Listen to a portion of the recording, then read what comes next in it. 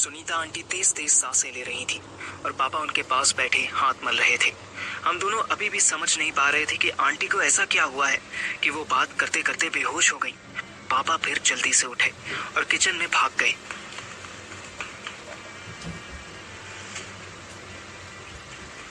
जितनी स्पीड से वो दौड़े थे, रिटर्न भी उतनी स्पीड से आए। वो जल्दी जल्दी पानी में कुछ घोलकर आंटी को पिलाने लगे। अथर्व का तो पता नहीं, पर मैं बहुत शर्मिंदा हो रहा था। वो तो अच्छा हुआ कि आंटी 2 मिनट बाद ही होश में आ गई।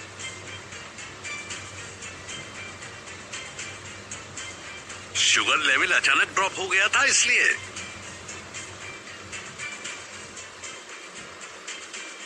अथर्व फिर आंटी का हाथ पकड़ के रोने लगा।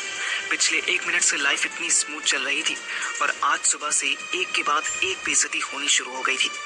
पता नहीं भगवान जी ने किस चीज से हमारी किस्मत लिखी थी।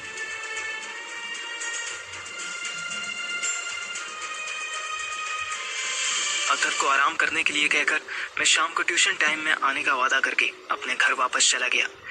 आंटी तो ठीक हो गई थी, पर सुहानी शायद अभी भी बिगड़ी हुई थी। मैंने उसे बैक टू बैक 2 कॉल्स की, पर उसने फोन नहीं उठाया।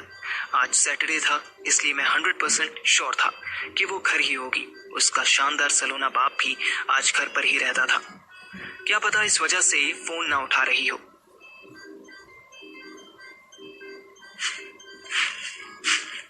मैं अपने घर जाने के बजाय उसके घर की तरफ चल दिया।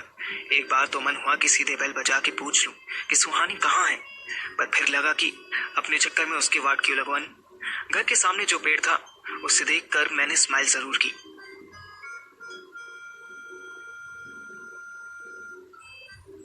अभी अगर दिन का टाइम होता ना, तो मैं तुझ पे ऐसे चढ़ जाता जैसे इमरान हाशमी हीरोइन पे चढ़ता था।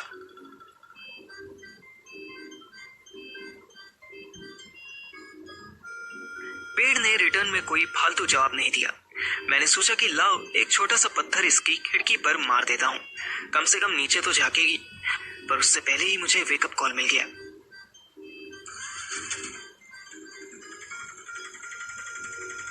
कबाड़े वाले, लोहा प्लास्टिक रद्दी पेपर वाले।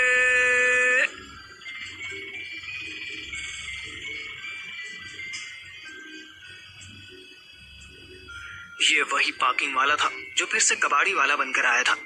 साला इतनी धूप में कबाड़ का काम कर रहा था। मुझे अपनी वो पिटाई याद आ गई। अब एवेंजर बनने का टाइम आ गया था। इस बार मैं उसके पीछे दौड़ा नहीं, बल्कि आराम से चलता हुआ गया।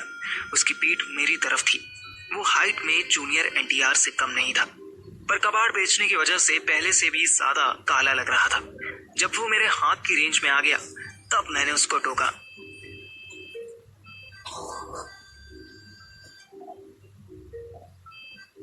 और भाई, मेरी बाइक पार्किंग में नहीं लगाएगा?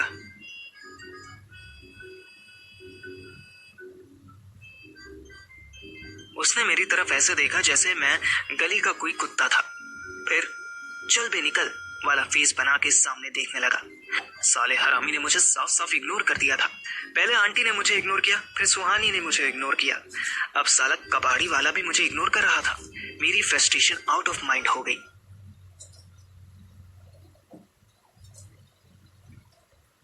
मैंने पूरी ताकत से उसके सर पे थप्पड़ मारा। वो डबल होकर अपने ही ठेले पर गिर पड़ा।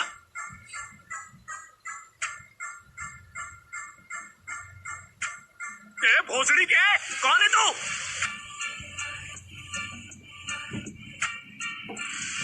उसके सर पे जितना भी पसीना लगा था, वो सब साला मेरे हाथ पे लग गया था।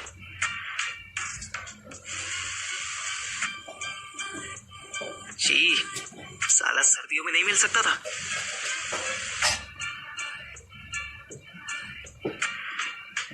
मैंने फिर एक थप्पड़ मारा।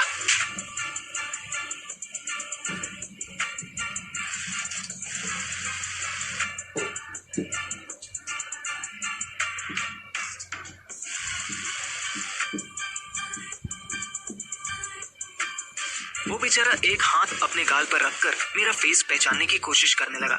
उसकी भी गलती नहीं थी। मैंने पिछले 30 दिन में 8 किलो वेट लॉस किया था और डेली 5 घंटे एक्सरसाइज की थी। अवार्ड भले ही ना मिला हो, पर बॉडी जरूर पत्थर जैसी होने लगी थी। फाइनली उसकी आंखों में ऐसी चमक आई जैसे उसने मुझे पहचान लिया हो।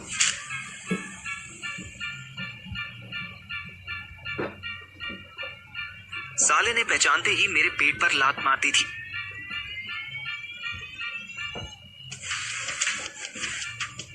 मैं लात खा के और गर्म हो गया। अब हम दोनों गुत्तम गुत्ता होकर लड़ने लगे। मेरा स्टेमिना ज्यादा था, इसलिए शुरुआत के 20 सेकंड पिटने के बाद मैंने उसे रिन डिटर्जेंट की तरह धो दिया।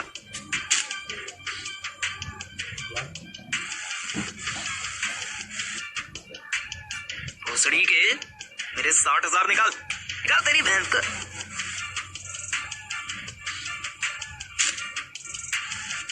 मैंने शायद उसके फेस पर 15 के आसपास पंच मारे होंगे। मैं तब रुका जब उसने अपनी जेब में पड़ा सारा कैश मुझे दे दिया और हाथ जोड़ने लगा। आसपास अच्छी भली भीड़ उमड़ आई थी। मैंने वो कैश धीरे से अपनी जेब में डाला और जोर से चिल्लाया,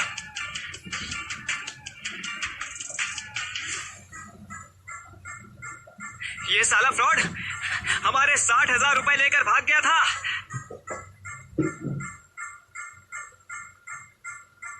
फैक्ट ये था कि वो सिर्फ 50,000 लेकर भागा था। पर जब कोई आपके पैसे लेकर भाग जाए तो आपको इतनी फ्रीडम तो मिलती है कि आप उस पर अपने कंफर्ट के हिसाब से इल्जाम लगा सको।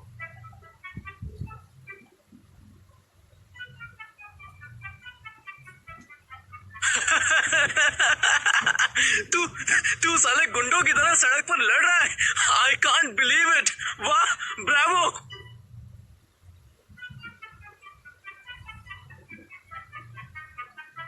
लड़ नहीं रहा था साले, मार रहा था।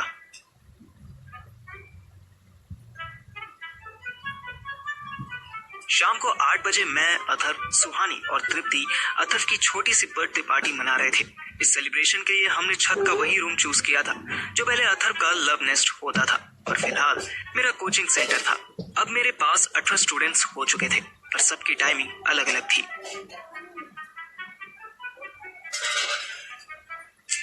लेना यार, अब क्यों शर्मा रहा है? अब तो तेरा कंपटीशन हो गया।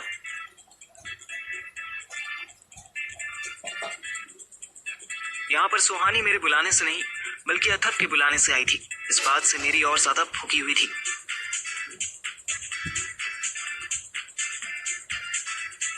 नहीं यार, अब हेल्थ को लेकर सीरियस हूँ।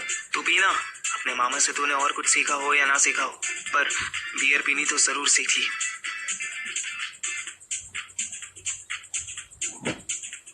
बियर क्या, विस्की क्या? हाँ हाँ, तू कर नखरे। और तुम दोनों गर्ल्स लोगे एक?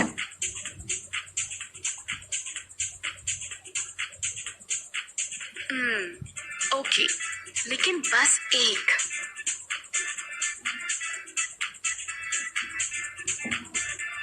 सुहानी डार्लिंग, तुम मना मत करना, मेरा बर्थडे है।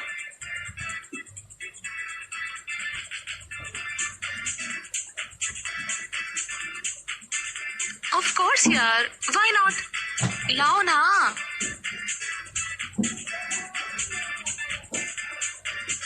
ये हुई ना बात। मैं क्यों शरीफ रहूं फिर? लाओ मुझे भी दो एक।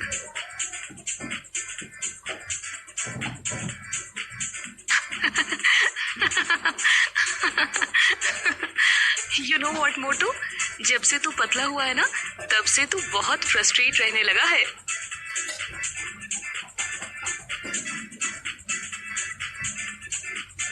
यस ट्रू, एक्चुअली ये सब जोक भी नहीं करता, मस्त नहीं रहता।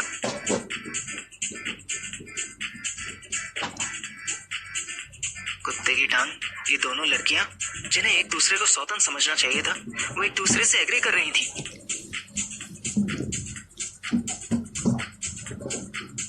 तृप्ति, तू भी मेरे अगेंस्ट?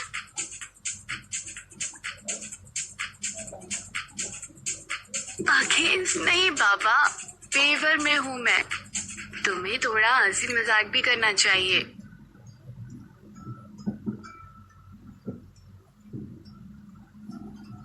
कहाँ से करूँ यार? जिम, सीए प्रिपरेशन, और अब मेरे बाप ने ऑलमोस्ट हर दूसरे दिन बात करना शुरू कर दिया है।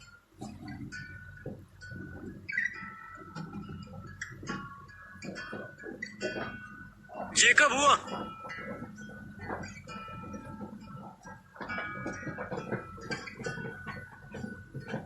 रघुवीर था ना, उसको जब से पीटा ना, तब से मेरे बाप को मुझ पर कुछ ज्यादा ही प्यार आने लगा है।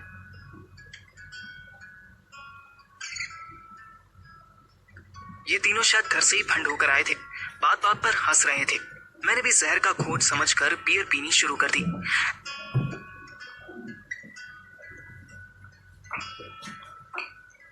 ज्यादा कड़वी ना लगे इसलिए मैं एक सांस में ही पीता चला गया। टिन केन से पीना काफी टफ टास्क था। बियर मुंह में तो जा रही थी, पर साथ साथ मेरी ठुड्डी से होती हुई टी शर्ट पर भी गिर रही थी।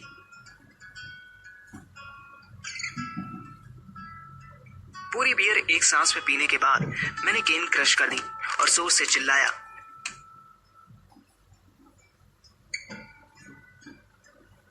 यह मजा आ गया।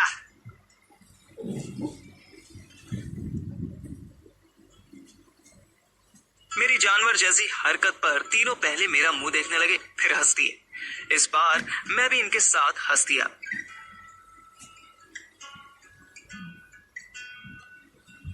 ये बढ़िया था। सुन, एक सांस में जो भी बियर खत्म करेगा उसे सुहानी चुम्मा देगी।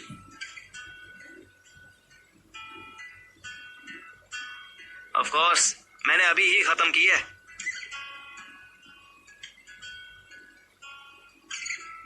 ओ हेलो, मैं किसे क्या दूंगी ये मैं डिसाइड करूंगी ना। क्यों? मुझे तो सुहानी की चुम्मी नहीं चाहिए।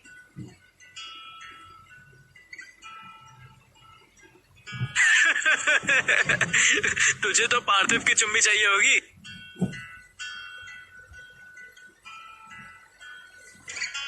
हम तीनों चुप होकर अथर्व का मुंह देखने लगे। मैंने उसे ऐसे घूरा कि अगर मेरी आंखों से सुपरमैन वाली लेजर लाइट निकलती होती तो अथर्व के नाम के आगे LATE लग जाता।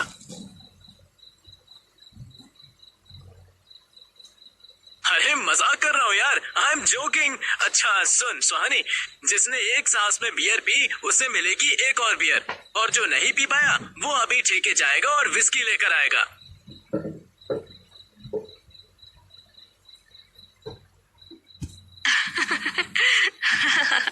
ये मस्त डेयर है।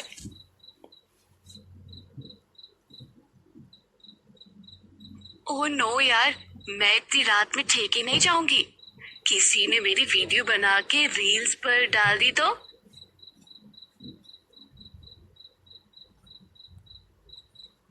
अच्छा है ना, तू और वायरल हो जाएगी।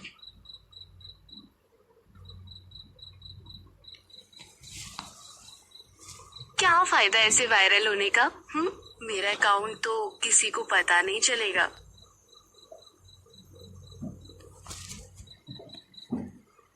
हम फिर से हंसने लगे।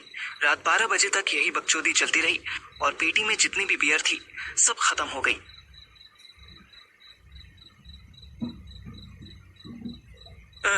चलो भाई लोग, अपने अपने घर निकलो।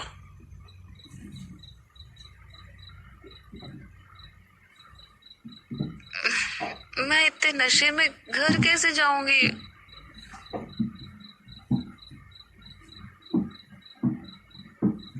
मैं छोड़ आऊंगी, पर मुझे कौन छोड़ेगा?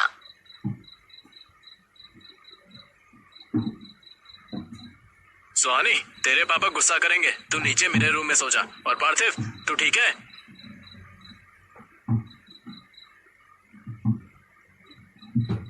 हाँ, ऑफ कोर्स।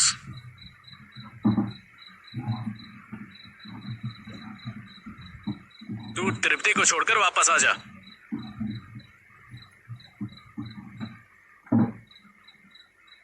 सब लोग यहीं सो जाते हैं ना।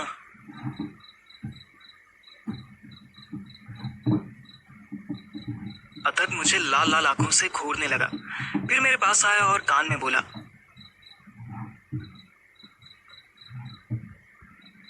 2 बजे के बाद आयशा आएगी। जल्दी जल्दी रूम खाली कर, जल्दी रूम खाली कर।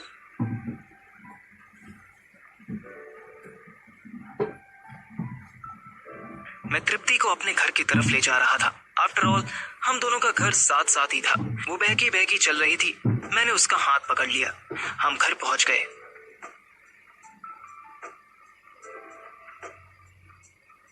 जा, अंदर चली जाएगी ना?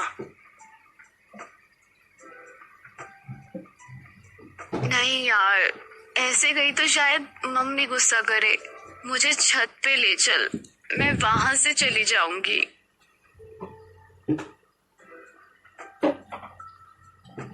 मैं अपने घर में चुपचाप गेट खोलना सीख चुका था। मैंने धीरे से हाथ डालकर अपने घर की कुंडी खोल दी। मम्मी को मैंने पहले ही बोल दिया था कि रात को नहीं आऊंगा।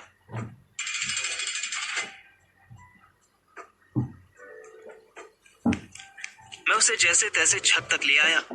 अब आगे उसे अपनी छत तक खुद कूदना था।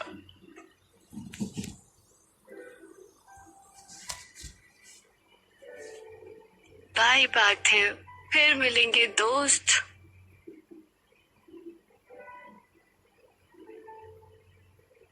वो बाई कहते ही मेरे गले लग गई। मैंने उसे तसल्ली देने के लिए उसकी पीठ रब करनी शुरू कर दी।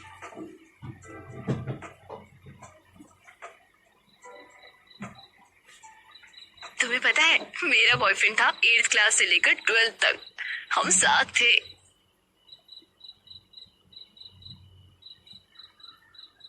फिर क्या हुआ?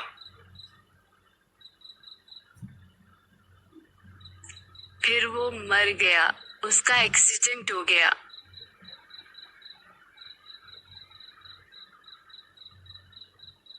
मैं अंदर तक हिल गया। तृप्ति रोने लगी।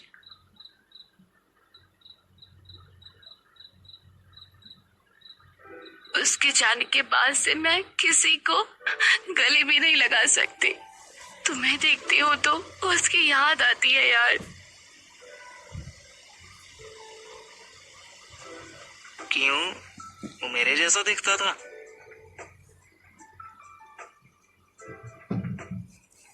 नहीं, उसका नाम पार्थिव था।